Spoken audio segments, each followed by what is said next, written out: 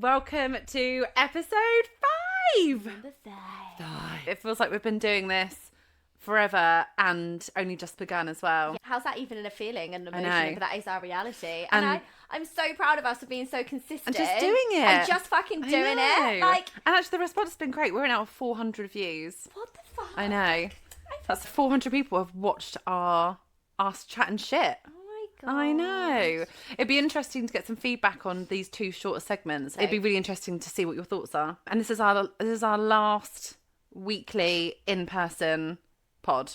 For about 4 to 6 weeks. I live an hour away. I have started doing dance classes in the evening. So just the logistics of it all, it just makes sense. So we've been tech goddesses this week trying to figure out how to go online, and we spent ages.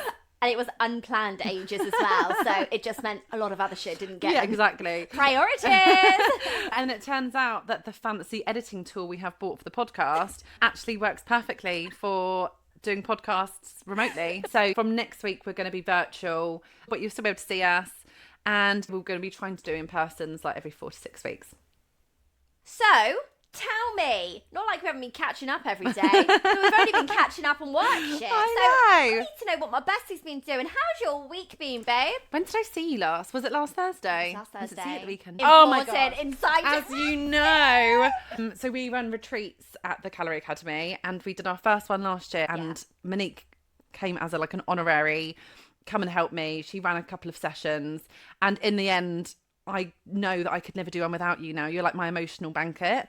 Because I get into bed every night and just cry, and you're like, it's okay, just cry. Remember. And so this year I've been sat on it, and I don't know why, it's been like a block, and it was like the best weekend of my entire life, and I can't believe that I pulled it off. But not just pulled it off, that it was everything that it was. More. We've got like 7 of the girls who came last year already booked on for this year. Yay. And it's just sat there. And I've been looking at properties, but hadn't really found anything. Nothing was like sticking. No, and I got to the point, I was like, I need to book it. And like, there's quite a specific requirement. And I was on the phone to you. I was like, oh my fucking God, I've just found it. I was like, I'm going to open up the search. I'm going to take the pressure off.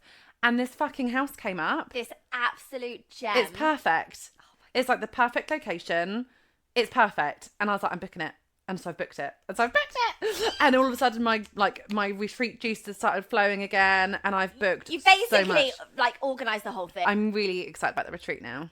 So am I. Yeah, it's gonna be a good one. So are the and I girls think as it's gonna be better than last year. I think it will. So that's my news. How has your week been?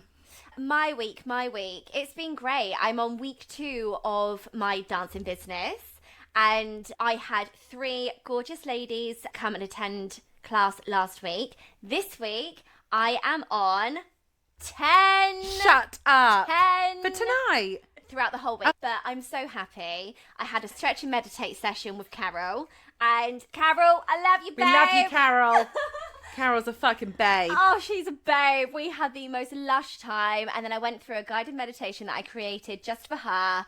And she left feeling like a new woman. And that's exactly why I do what I do, is just to make people feel fucking great and empowered. Centered in your own body. Yes. I had Dance Fit, and me and lovely Lucy, we just danced and shaked our butts until we were just dripping in sweat, and it was fucking great. Dripping on lovely. Yes. I've had my heels class. Like, it's just been everything my soul needed. Amazing. I need to be connecting with my community, Yeah. building relationships, having that one-to-one. You need some in-person shit, don't you? I love.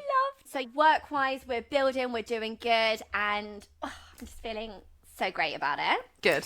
I had a great weekend. I needed to go and connect with nature. I struggled last week, didn't I? I'm going into a new identity myself, which, we are going to be based this podcast on identities. The topic. But for me, when I step into a new identity, I have to be on my own.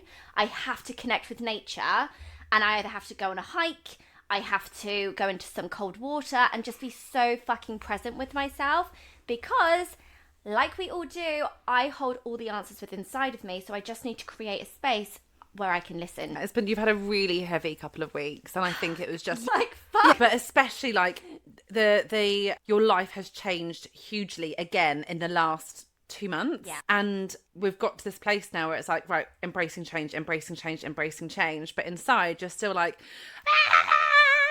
There's still the reality Yeah. of life. There's still responsibility. And all of a sudden that shit's been popping off. You're through. You're through the hard. It's all perspective. Yeah, it is. And how you view what's going on and how in control you are with how you're reacting with that change. And I've rode the waves. You have to go through it. Oh. I think if you hadn't have done that, then you keep on suppressing, and then it doesn't really ever heal itself. No, and it explodes, and something bad can happen. So the more you expose yourself to your reality, the more opportunity you have to do something about it. And it's paid off. I feel like a new woman this week, and I feel fucking great. I got into so much cold water. I found 2 new hidden little gems on the weekend, and I just dunked in there. It was fresh spring water. I went to a well. It was called St. Anthony's Well.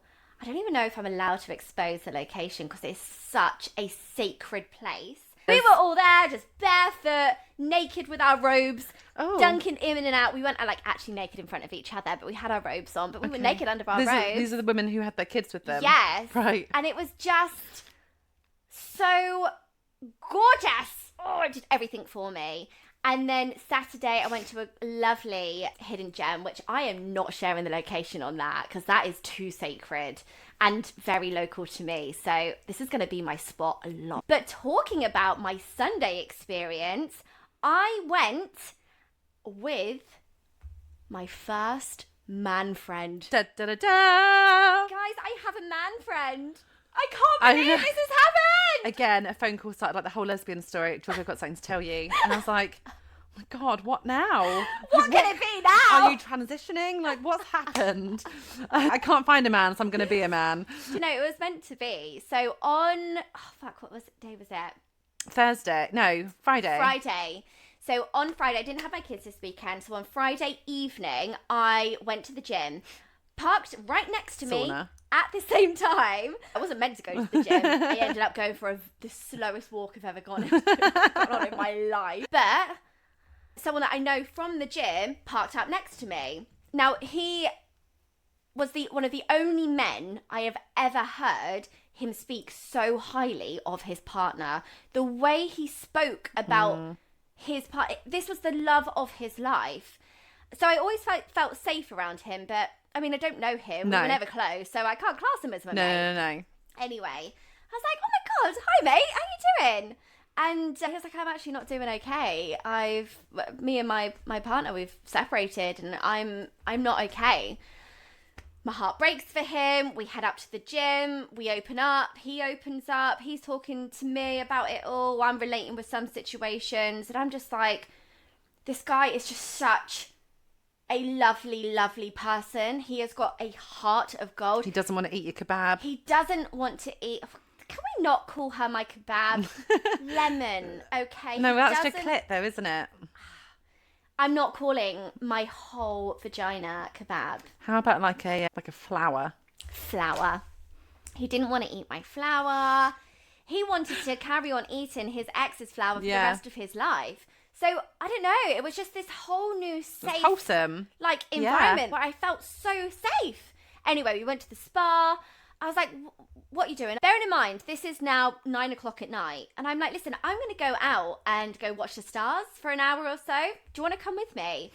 And so he did. And he followed me into this dark, gorgeous, again, little gem that I go to either watch sunrises, sunsets, or go and gaze at the stars. And we stopped off, we got a hot chocolate, put the picnic blanket down, and we sat there for a good hour with some hobnobs, just talking. And I opened up and I said to him, I was like, listen, I have a real belief, or maybe some would say insecurity, about male and female friendships. And I had this deep conversation with him. What did he say? He was like, I see what you mean, and I can see how it can come across, especially if a man is suggestive. So he understood my take on it, and he even said he had a lot of female friends before he got with his now ex-partner, and then when they formed a relationship, they naturally fizzled. Yeah. And he said himself, to respect my partner. So again, then if they naturally fizzle out, then they weren't real friendships in the first place. Exactly. And they fizzle out because it was constantly suggestive underneath it. But again, at one point did I feel No. any weirdness. It actually felt really nice to speak to a man about it without there being a reaction. Yeah. Or, oh, you just want me to not be friends with him. I just want to talk about it with a man and feel like I can. And like I said, I've got one male member that I'm working with at the moment. Yes. And after our first episode went out, he messaged and he was like, it's so interesting that that's her opinion, because he works in a female dominated environment and most of his friends are female. And I remember you were like, oh, well, I don't know how I feel about that. I felt quite triggered. I know. And quite like, not offended, maybe not even triggered, but it made me feel uncomfortable. And I think because I couldn't face the truth of it. No, it's not even that. It's just, how do I articulate this feeling? Yeah. And again, brings it back to last week's episode of how restricted I am on by language. And it's like, no, this is just an experience internally. Yeah. How do I open up vulnerability about this? And I had the opportunity to do that with my new man friend. And he welcomed it, and he listened, and he heard you, and he responded in a way that hopefully is going to help. There's still going to be plenty of men who are going to want to eat your flower. And I got exposed to pull off all the petals. Even on the fucking weekend again. I'm just like, oh. Where? Oh, God. It's gym. I just can't wait to get away from the gym. I don't know anybody who goes to the gym and gets as much dick as you. Like, you're meant to go and work out in the gym, not fucking sit in saunas. So I don't physically get all the dick there. Let's just be clear on that. I do have a natural energy. I don't know. No, I'm very aware of my energy. Yeah, today. you know. I embrace this. Yeah, you do. Energy. And like, you're single, so you lean into it. Whereas when you weren't single, you wouldn't have leaned into it. You have a different aura. Yeah, you do. Yeah. I think that's why, like, I'm so I don't even see it. I wouldn't even notice it because I'm so shut down. Whereas you're like, I'm hyper aware of it. Like, let's say the gays have a gaydar. It's like you have a dickdar. Dickdar. Like dee-doo, dee-doo, dee-doo, dee-doo, dee-doo. Love it. Your dickdar. And I just somehow open a space for conversations. And I do too, but not lead into fucking somebody, which is probably why I don't understand why ours are so different, because we can both open up conversations with anybody about anything. Talk to a fucking brick wall. And we have done many a times. And have a very deep conversation. Yeah, like, he gets me.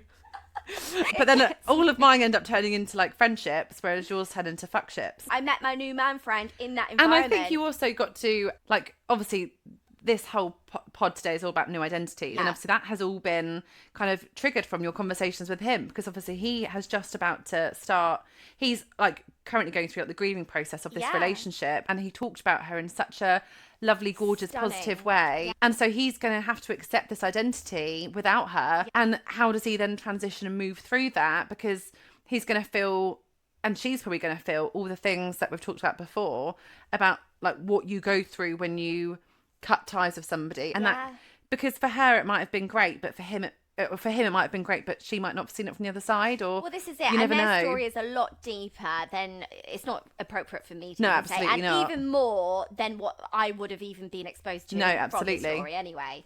But even just the verbal diarrhea that was coming out of his mouth of how much exciting stuff he has got coming up in life, and the opportunity now, it's not that I don't believe he ever felt restricted. No. Everything he wanted to do, he was going to do with her. Yeah. But now it's like a new window of, okay, I'm not going to stop doing any of that. I'm going to do it all, and I'm going to do it by myself. And yes, that's fucking scary and intimidating, but I'm going to do it still. Yeah. And I don't know why, I just feel so proud of him. You've done the exact same thing in the last couple of years where it was really scary. We had that exact conversation of, I'm going to break up with him. And I was like, well, let's not be hasty. The call was when we were driving somewhere and we were in the car and you called and I was like, don't do it. And you're like, no, I'm not going to. I'm going to make sure that I'm going to do the plan that we've discussed. And then literally 2 hours later, I've done it. And I was like, what the fuck? And it was the best thing for you to do. Oh my God, I think I was like anxious about it as you were. But because you also weren't this then. No. But that's how I operate. When Yeah. I have made a decision, when the switch has flicked or the flick Yeah. has switched, whatever the fucking saying is, Once you've decided, I just I'm roll the same. with it. You got to go before you change your mind. 100%. Exactly. Anyway, back to my man friend. I'm so proud of my man friend. On the Friday, we went stargazing. The universe aligned for us both, and we both needed that, clearly. Like, that was meant to happen. And then on the Sunday, he introduced me to the most stunning hidden gem, which is only 30 minutes away from my house. And it's so private, so secluded. And you never knew about it. Never knew about it. And I know about shit. Yeah. I find shit. But Yeah, the fact yeah. that I didn't know about this. And it's got this gorgeous little bridge where I can't wait to take the kids, and they're going to bring their little fishing rods. It's just perfect. It sounds like it should be like in a storybook. It should be. I want to live there. Okay. But this is where really rich people live. Okay. But I'm You can pull up. manifesting it. You can pull up a camper van. There were many of laybys. Great. That's what I'm doing. So I'm happy about that. Good. I'm really pleased. Hopefully, like, if you're watching this, please, even if you have the biggest urge, do not make any sexual advantage, like, towards her, because you're going to completely fucking ruin this fantasy that men and women can be friends. And I will find you. Because it's the first time Please ever. don't ruin this for Don't me. ruin it. If your dick starts twitching, push him down, okay? Don't tell Her me. flower is not to be deflowered, okay? You don't want to know. Just move. If you're feeling like an urge is coming, change your phone number, move away, go in the army, whatever. But you just do not tell her that you want to fuck her, okay? Okay? No, thank okay. you. Good. Yeah, okay. I'm Well, happy with now my I've cleared man that up. friend. Perfect. Good. Yay. But I am Perfect. actually genuinely really happy about I know, this. that's what I mean. So I really don't want him to fuck it up. I'm really happy with my new man friend. He actually got me this. So What is I it? put this around. It's a bracelet. Okay. And these are crystals. Now, I'm not really a crystal person. No. But Which surprises me, again, actually. I feed into the whole energy stuff. Yeah. If someone gives me a crystal, I'm here for it. And I really cherish it. So the fact that he Thought about thought you. of that and he kind of gauged that as my vibe actually means so And it's fucking not in much. return for a blowjob. No, exactly. know. Like, it was, again, all genuine. And I felt that. But this is all just removing negative energy, embracing new identities, getting aligned. And it's my favourite colour, which obviously he didn't know about. So Win-win all round. this all does just feed really nicely, though, into what I wanted to talk about with you this week. Because we were talking about it when we were having our debrief Yeah. last week, and just the process and what it means to have a new identity, which basically means a different opening and awakening in life, and how that can look so different I know. to so many different people. So, man friend's name is now Spring. If That's you our know, code word. You know. You know, you know. You know, you know. You know, you know.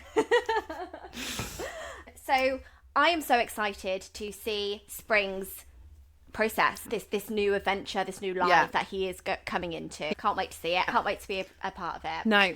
But it just brings to life how all of us go through these situations. And it could be a breakdown of a relationship. It could be having children. It could be Huge. changing careers. It could be the smallest thing, as you have a fall, you scrape your leg, and you then decide to manage that pain a little bit differently. but you just decide that somebody who once was a big part of your life, that you no longer like what they're saying anymore, and you have to manage that whole thing and realign yourself along that whole journey. And alignment really is the key word It here. is.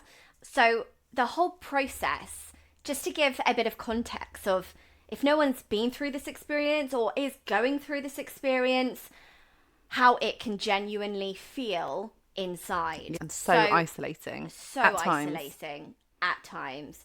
But if you think about it, so many people refer to this awakening as a rebirth, re-alive.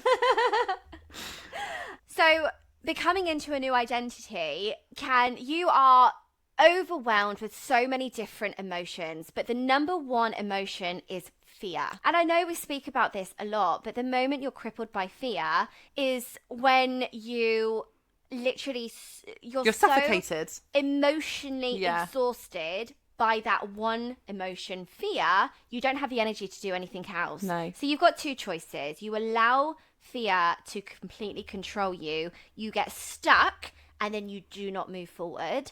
and then you go back to your old pattern. You go back to that old relationship. You go back to that old toxic What's familiar? job. What is familiar? Because your nerve system, whatever is familiar, regardless if it is safe or not safe or toxic or whatever, it will bring you back Fear there. is driving you there, because familiarity is like the one thing that we can all almost rely on, which is why no one likes change.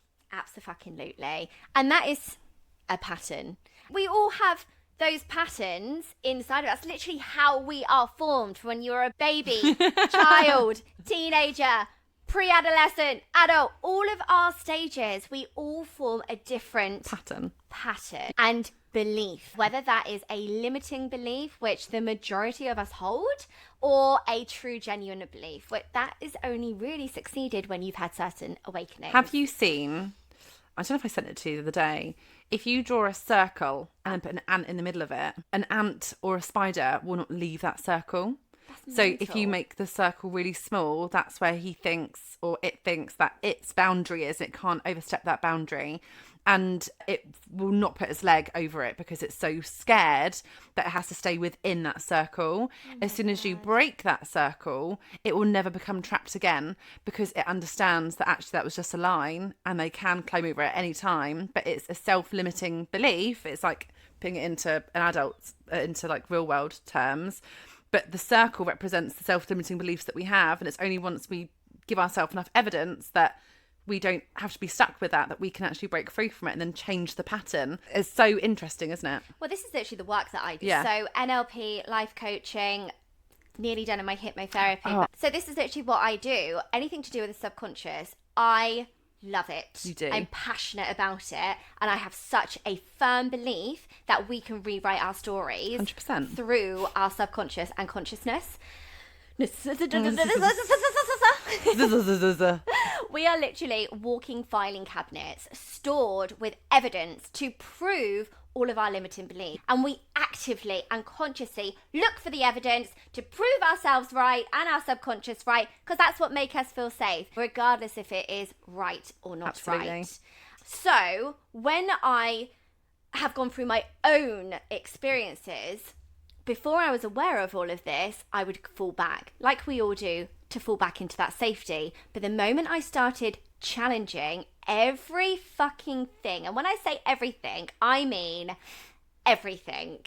Like, why is that star twinkling brighter than that one? Or why did I choose to wear these socks? You know, I'm not that deep with it now, and I choose what I go deep with. But when you do, you're empowered.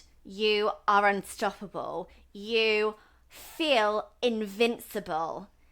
But the flip side of it, and the side that I don't think enough people talk about, is when you have this awakening and this self-awareness, it can be such a lonely place. I don't think enough people talk about it, because as soon as they start to feel lonely, they start seeking things to bring them back into their safe zone. Yeah. So they never actually complete the full circle, because they kind of get to the really hard bit and they're like, oh fuck, I'm going to lose all my friends, I'm a horrible person, I don't deserve love, I'm not going to make changes. Yeah, all of the inner It's too critic, all of the scary. self-limiting beliefs like just get Imposter completely syndrome. compounded. And it's like, no, all of these things about you are true, you are a cunt, you are this, you are that, you don't deserve any of this. And so you stop doing what you stop the journey, and then it feels like, oh, I tried it but it didn't work. It's like, but you didn't try it because you didn't follow through with the hardest bit. Follow it through. Didn't fucking follow through. Exactly. And the fact that we've got dead parents is such a key factor in all of this as well.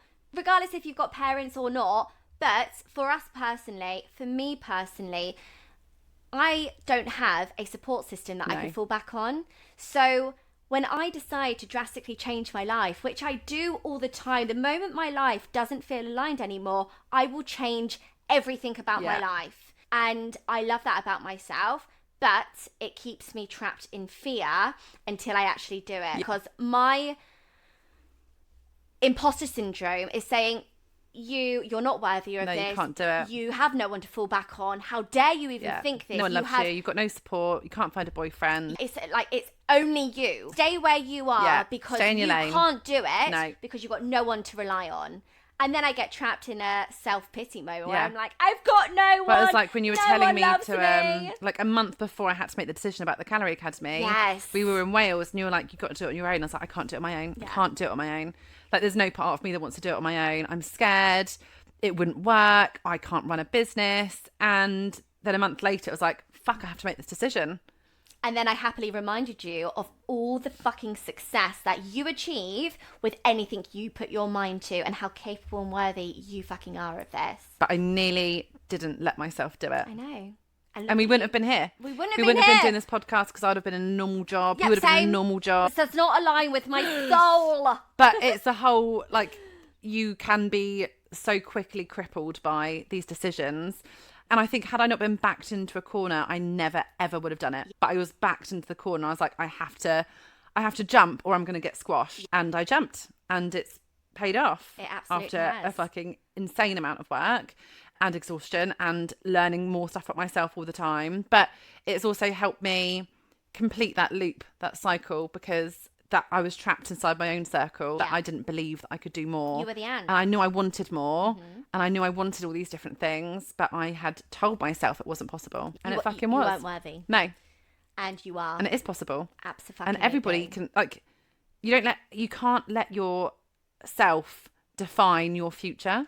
Or your past. No. Your past and who you are And today. so many of us have had trauma. And if you allow the trauma and it to doesn't win, matter how big the trauma is or how little. No. There is no comparison. you're also allowed to you're allowed to feel the trauma and recognise it and know Yes. that something bad happened. So Yes. actually, it's important to do that, but it doesn't define who you are. It doesn't It define doesn't who know you who are. Who are? Doesn't define who you are. Doesn't define who you're gonna be. No. But if you allow it to, then it will. It will. And that's the when we talk about the victim mindset, it's allowing your trauma to dictate your life rather than using your trauma to dictate your life. Absolutely. And I actually saw this reel, and it was such a good imagery of explaining who you choose to be. Oh. So there was 2 patches of grass. They both were grassy. There was a bit of grassy. There was a bit of concrete in the middle. Okay. And there were flowers on each side. One side was covered in the shade, didn't get a lot of sunlight, and this one blooming flower saw all the other flowers die and grass around it. So it knew it was going to die, just like all those other flowers and grass. But on the other side of the concrete, there was loads of flowers growing. And this flower decided, from some miracle, to pick up its leaves and just take the risk, walk across the scary concrete, the line that separated them, and it jumped and planted itself with the blooming flowers to live a longer, happier life. And the way it was illustrated just was so simple, humble, and warming. It made fucking sense. Yeah. And it brings me into, would you ever? So our would you ever this week, I want to ask, would you move to a different town, a different village, a different part of the country, a whole different country, just because life wasn't working out for you where you are now, and you had a belief that you would be a different person if you moved somewhere else? There was a time that we nearly moved to America because I was desperate to be in America. I love Americans. I was going to go and be like a realtor with a cute British accent. That's obviously everyone was going to buy houses from me. Love that. Dale was going to create his own Pimp My Ride shack. We were going to be near Arizona. Oh my I God. downloaded Zillow. I was like, if we sell this house, then we'll have enough equity to go and buy there. Oh my God. So like we'd really looked into it. I don't think, were we escaping? I think everyone always thinks about a promise of a better life. Like, is the grass always greener? And I haven't moved very far. Like I literally live like in a triangle like my entire life. And Dale's the same. He's probably been in like a rectangle. And I probably wouldn't go further than that now the kids are at school. But there has been so many times, and you all know this, like where you're like, I just need to get away. I need to escape. And I had the moment actually a couple of weeks ago when I was here. I was like, I need a fucking break. I need to escape. I need to run away. But running away won't fix anything because I can't run away from myself. So, I mean, clearly, if you look at my history, I don't move very far. I'd love to move to the Lake I District. was going to say, we've got plans for future. But then I don't know if I would. I don't know if I'd ever finally make the decision to go. Okay. I don't know. So for me, I love moving. You do. I find it so hard to stay in one place for too long. And that is purely because I had a very chaotic life. I moved a lot. Did you move towns a lot though? Yeah. So you weren't always Brighton? Oh my God, no. I'm originally, so I was born in South Shields. Okay. My dad's family are all borders of Scotland, so lived around there. My mum and my southern family are Reading, Brighton, Swindon. Like, we're in this area. But then for me, I ventured to London. So would you ever? So I was brought up with that chaotic lifestyle of, right, we're going to move somewhere else. I can start a new life. I can do this. And I remember so many times with me and my sister, we would start a new school. And on the way to school or at bedtime, we would talk about this new life that we've created, that we were going to tell everyone that we had. And even when we got taxis, we would tell the taxi driver a lie, basically, a different life. Like a role play. Like role play. So we never really had like just a safe space. It was so here, there, scattered absolutely everywhere. So now as an adult, getting any form of stability in one particular place was really alien to me, and I hated it. You just wanted to run. I want my absolute personality is running away. And the moment I had kids, I no longer could run away. And for some fucking crazy reason, I decided to have kids in Swindon. There's been a few, probably 3 key moments in the last 7 years where you're like, that's it, I'm going to Wales. I'm going up north. I'm going here. And you're like, I'm just going to do it. It's literally been an annual thing. It's about January, February time. I have this overwhelming urge where I have to move, and I have to move up north or Wales or just near mountains and countryside and just escape. Not Swindon, but just this life that this person that I was in this place. I think that we, as people without a village, I think we're always searching for a village. And we think that somewhere with a better community or somewhere smaller, you're more likely to get that village. Like I always think, if we move to here, which is still within our triangle, would we have that community village that I've never experienced? Yeah. Would you have that if you were up north? And that's what you buy into, is like, especially since you've had kids, it's buying into the concept of security with people 100%. Rather than moving to run away. You're no longer moving to run away, you're running towards something that you think that you need. Yes, but you don't need it. And moving up north is a desire of mine, and it's my most sacred favorite place. You haven't been there yet. I know, but it's too far. I know can't it's too be that far for away. you. I'm actually going there on Friday, and I know you are. And I know that I have the support system there. I know I have that village there. But the reality of it is that the kid's dad is here. This is where I decided to have children. And purposely and intentionally taking them away from their dad is not the right thing to do right now. They are too young. Their dad is too present in their life. Absolutely. We need to that's not fair. No. So it's going to be part of my life, but at a different stage. Yeah, it will be. And that's okay. But accepting that for someone who is used to running away is very, very difficult. And I love recreating myself, as I've said lots of times already. But I like running away and recreating myself. But the fact I've had to stay in a place and embrace new identity in that same place, it has been such a challenge for me. I am a believer that, yes, no matter where you move, you still follow yourself. So you are still the same person. You are still have the same beliefs. And it would be a short-lived change because you have the adrenaline and the excitement. Absolutely. But I also have experienced that the moment you have a new environment, have new people around you, new community, new exposure to different opportunities, and you purposely remove yourself from old places that no longer served you, I do believe you can become a new identity. But you can do that right where you are now. You can. But it's just looking at that, coming back to the question, would you ever run away for a new identity? I would. I also think you can think about that differently, because like we've stayed put, but I have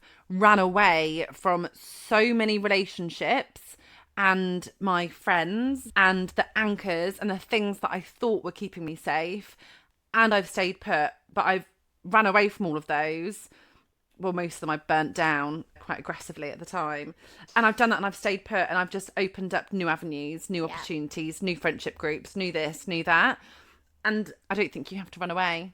And I think you now know that. But I mean, it's always a nice thing to go somewhere new. It's scary, but when you already have nothing, you got nothing to lose. No. And I think this is why I live so simply, because you can't take anything away from me that I can't live without. So, yes, I would move, but I'm fully aware that all of my baggage will follow me and I will have to recreate and go through that same process in a new place as I would. The physical baggage isn't the issue, it's the mental baggage. Absolutely. Yeah. So next time you feel like you want to run away, sister, we've been there.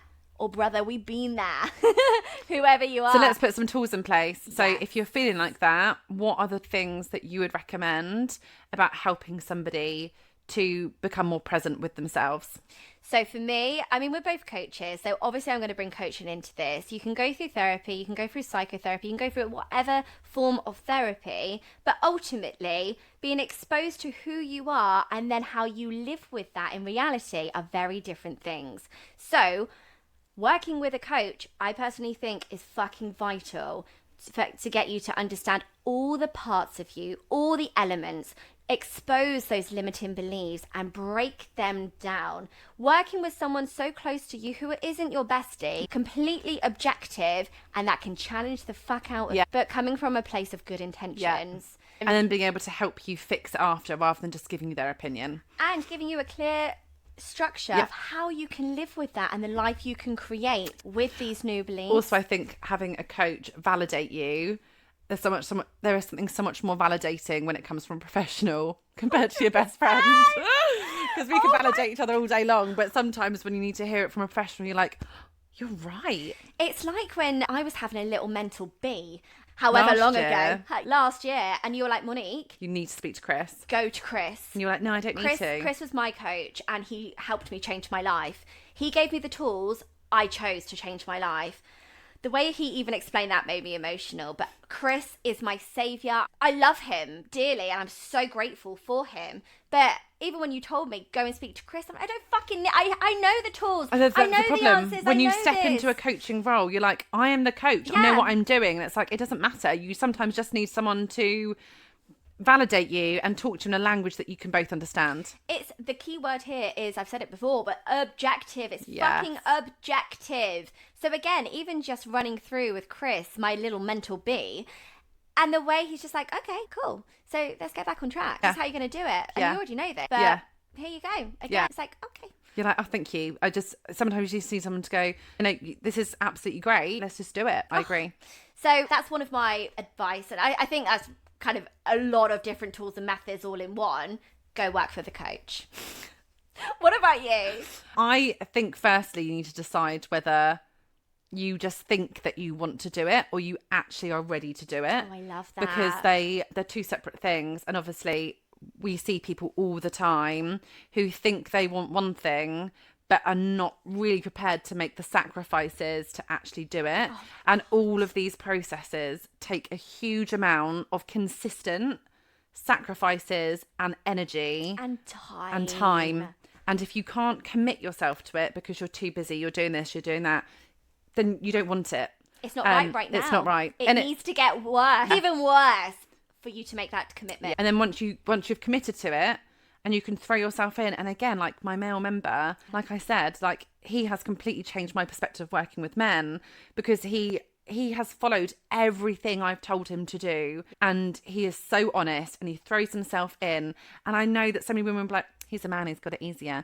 But I don't think he does. It's like when I speak to him, I hear and I feel the same emotions that I have, but he has thrown himself into it and he started working with November and we're now like 2 kilos away from his goal. I love so he's going to do it in like 4 months. Yes. And he had not done that ever other than like through intense exercise. And I'm like, it's because you've applied yourself. And you say that I've changed your life, but actually you have changed your own life. You made the fucking decision. Yes. You decided and you have just done it, no matter how hard it's been. I've simply trained to teach these tools and methods. And no one can do it perfectly. And you're going to go up and down and up and down. And it's going to be different for everyone as well. And there are going to be so many days where you're like, this isn't working. Why the fuck am I doing this? Yeah. And you just have to grin and bear it. And that's when a coach comes in really handy. So they can just help ground you again, because we all need to be grounded. But I think you have to decide, especially with something as life-changing as this, do you actually want it, or do you just think that you want it? Because if you actually want it, that's all you need. And then you need to be able to make the time, because you have it. Everyone has the time. So that was quite deep in the end today, wasn't it? I just love it I so know. much. I love how deep we get. I love the message that we share. Yeah. I love the journeys and how vulnerable we are of just opening up. Like, we don't have our shit figured out. No. We're still figuring it out. But every single day we choose intentionally to live a very conscious life and challenge everything. Even on the days where we're feeling like shit. But no, thank you so much. We hope that you liked this episode. Leave us some comments here, bitch, okay? We need to hear from you. We both thrive for feedback. So did you like it? Was it helpful? Do you agree? Don't you agree? Do you like our hair? We don't care. Just make a comment. Just make a comment, engage. We want to hear from you, and we will see you next week for our first ever virtual. We're going so 2020 COVID, aren't we? I know. Look at us. See you later. Bye.